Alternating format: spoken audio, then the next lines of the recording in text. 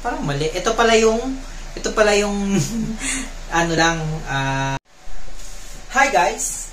Welcome to my YouTube channel. Yan. Today's video guys is gagawa tayo, kasi di ba nagawa tayo ng, tinuro ko sa inyo kung paano magkabit ng micro ring na hair extension, tapos tinuro ko rin yung paano magkabit ng braid, tapos naka micro ring din siya, tapos tinuro ko din yung Brazilian knot. Yan. So ngayon, ayan, eto guys. O nga pala, pawis ako guys kasi mainit dito. Tsaka kitang-kita siya. Ang gamit ko kasing cellphone, yung binili kong TCL. Ayan, ayan siya. Kitang-kita talaga. Kitang-kita yung mga chismis yan. Kitang-kita yung mga mukha natin. Para siyang DSLR. So, hindi naman yan yung ating video. So, ito yung ating gagawing video. Yan. Ito yung in-extension ko. Yan. Ito yung sa Brazilian knot. Kung makikita nyo. Knocking pala. Knocking o not knocking? Knocking. Yan. Ito yung Brazilian knots. And dito yung micro ring lang na hindi siya naka-braids. Yan. Yan siya. Makikita. Tapos ito naman yung naka-braid siya. Tapos micro ring yan. Pakita ko. Yan. Ayan siya. Yan. Ay! Parang mali. Ito pala yung ano lang, micro ring lang. Ito pala yung naka-Brazilian sa kabilang. Kaya pala sabi ko, bakit mali? Ayan. Makikita nyo siya, naka-braid siya ng manipis. Yan. So, today's video, guys, is tuturo ko naman sa inyo kung paano magtanggal o paano mag-retouch. Kasi syempre, i-retouch mo, tatanggalin mo muna siya. Tatanggalin mo yung nut or ring, micro ring, tatanggalin natin siya. Kaya, umpisahan na natin. Ito na naman ang ating model niyan. Yan, diba? Na-extension ko siya. Kuha lang ako ang kailangan lang natin is splice tsaka gunting. So, unahin muna natin ang pagtanggal. Kuha muna ako. Let's go! At ayan na nga guys. Kumuha na ako ng ating plies or long nose. Pwede na yon. Yan. Ngayon, ang gagawin natin is, ito na siya.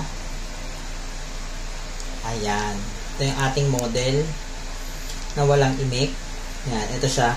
So, ang pagtanggal lang naman ng micro ring is napakadali, guys. Yan. Kunin lang natin to. Napakadali lang talaga. Ayan. Ang una lang natin gawin, syempre, kukuha tayo ng plies. Yan. Kita ba? Sana kita.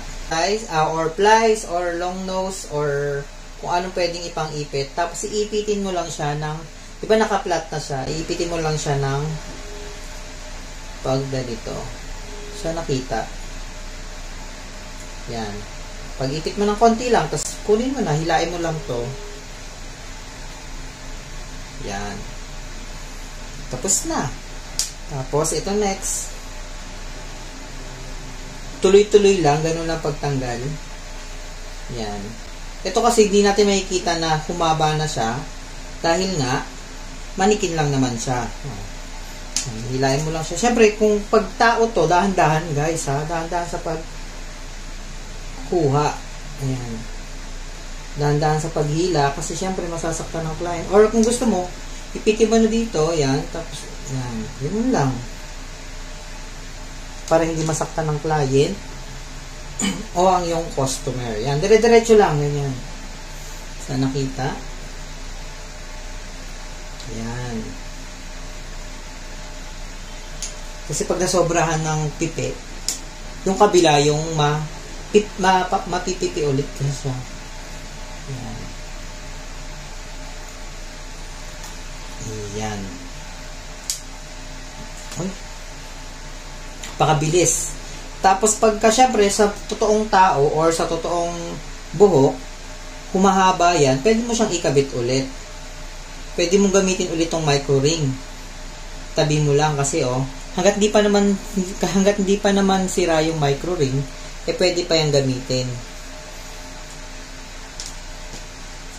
Pero kung kung magbabayad naman yung client, mura lang naman tong micro ring, palitan nyo na lang. Para hindi rin hassle. Minsan kasi pagka gamit na yung micro ring, ang hirap ipasok na tong buhok.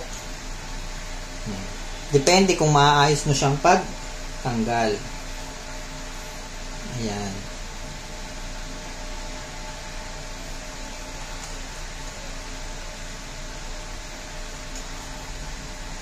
Ayan.